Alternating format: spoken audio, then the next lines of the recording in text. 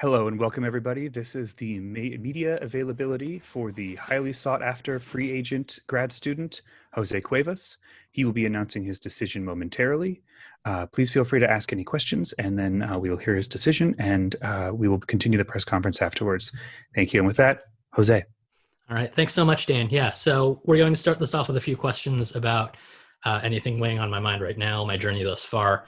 And then, just like Dan said, I'm going to announce where I have decided to go, where to spend the next couple of years of my life. And then from there, I'm willing to answer any questions about why I chose that program and why I chose that school. But to start it off, anyone have any questions to kick it off? Naim? Naim Siddiqui, Northeastern University. I just wanted to ask. You spent a lot of time in your previous career working in marine biology. You're still sticking with the biology sector. What's where you planning on doing in the future, and how is your past work continue with that? Yeah. So excellent question. So especially in research, we have to think about how what we've done in the past can inform the kinds of work that we can do in the future, right? So I'm definitely trying to stick in the realm of earth sciences, ocean sciences. I think I've arrived at a program that's going to let me take a lot of ownership over the research I do, and it's going to let me do a lot of interesting cross-cutting interdisciplinary work. So the marine biology of my past is definitely going to inform what I do down the line, even if it's not actually what the degree title is going to be ultimately. Good question. Tyler. Dr. Tyler James Birch, PhD, lay news. What other variables did you consider in your decision-making process here? Yeah, so this is always going to be a really tough choice, right? Graduate school is a really big professional step and a really big personal step.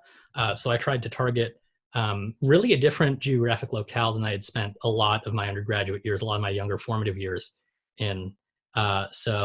I had typically stuck to Southern California before. I did my undergraduate at the University of San Diego and moved on professionally to UC San Diego. And so I've really been in a beach town my entire life. And so really trying to get out of my comfort zone and pursue something different was one of the big variables that I pursued. Beyond that, I definitely wanted to be in a city. Nothing against San Diego as a city, but I think that taught me that I thrive in settings like that. And so I try to target places that address both of those big major concerns. And then I think Dan also had a question, right? Yeah, so this is actually perfect for just after Dr. Tyler James Birch, PhD's question. Yeah. What were the factors for that location that you were looking for? Was it personality of the city? Was it specifically academic? What really drove that decision? Yeah, that's a really good question. So as some of you may know, when you're applying for graduate school, you want to start off with some kind of initial list before you reach out to professors, before you identify who might work with what you want to do academically, or maybe you even have a list of a few professors in mind. So thinking about the professors who I was aware of that did the kinds of work that I wanted to do, but also thinking about the cities they existed in. So I tried to target cities that tended to have a bit of a more academic culture. Again, nothing against San Diego. This is actually one where my experience in San Diego, I think, kind of comes into play, where I was able to work with multiple different institutions despite attending one or being employed by one. And I was able to foster my intellectual growth that way. And so finding and identifying geographic locales that I could do that in were a big factor in the courting process for me, so to speak. All right, so I think we've teased this a little bit, but I have decided to take my talents to the Northeast and not quite going to park any cars, but I've decided to spend the next roughly 2 years of my academic career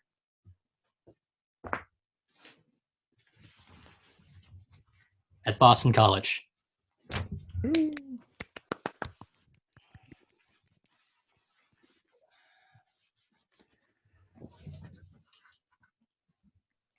So I have accepted an offer at Boston College's Masters of Geology program, and that's where I anticipate spending the next couple of years of my life. And I'm open to any follow-up questions from here.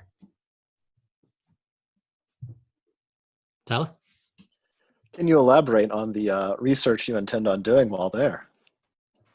Yeah, so like I hinted at before, it is something that lets me take a lot of ownership of what I have done historically and what I plan to do. In the past, I've flirted with doing marine biology and doing different kinds of geology, and so the lab and labs I will be existing in, thankfully, are run by principal investigators who do a lot of interesting work in biogeochemical cycling. So I'm going to be doing a lot of marine biogeochemistry. I get to do a lot of really fun cross-cutting science from there. Great question. Dan. What was it about the team that really drew you to Boston College? Yeah, so it's no secret that I think I thrive in smaller department sizes. That was a really big advantage of the University of San Diego when I went there, that their environmental and ocean sciences department is a really small, tighter-knit community. And so the factors that drew me to Boston College were really a lot of the similarities between my new institution and my undergraduate institution, where they are both private Catholic universities. Boston College has also recently been classified as an R1 high research activity institution. So it's bringing in a lot of extra research dollars. There's a lot of really interesting research developments that are going to be happening there in the next few years. So I'm ready to be a part of that. Great question. How do you think you're going to acclimate to the colder weather in Boston? Yeah, that's definitely probably going to be the toughest part. I've thankfully been able to do a couple visits in the city of Boston during the courting process, and gives me a great excuse to wear peacoats, which is something that I've had in San Diego that I haven't really worn a ton of. I've been slowly stockpiling on winter gear to begin with, but thankfully a lot of hockey fan gear turns out to just be winter gear, and so I think that's going to help me out a little bit as well. On top of that, drink warm coffee, stay inside, and figure out from there. Dan? Yeah. Did the Dunkin' Donuts tweet saying, quote, "If at Jose Cuevas comes to Boston College to pursue his master's, he gets free cinnamon nut taps for life. Make a difference in your decision." You know, I didn't even see that one. That's funny. You need to send me that link later. Okay, yeah. I'd be more than happy to take them up on it. But frankly, it wasn't a big factor in my decision. But now that I know that it's out there, I would love to take them up on it. Nam? Yeah. Are you planning on following John Krasinski's lead and getting a Hyundai Sonata with Smart Pack? I need to learn how to do that wonderful accent first. Not quite yet. Thankfully, Boston's a city that has functioning public transport. I know that's a generous statement in any city that has functioning public transport, but I do plan on hopefully using public transportation while I'm over there rather than resorting to private transport. Cool. Do you have any questions for us? I actually just want to thank you all for making the trek out here tonight.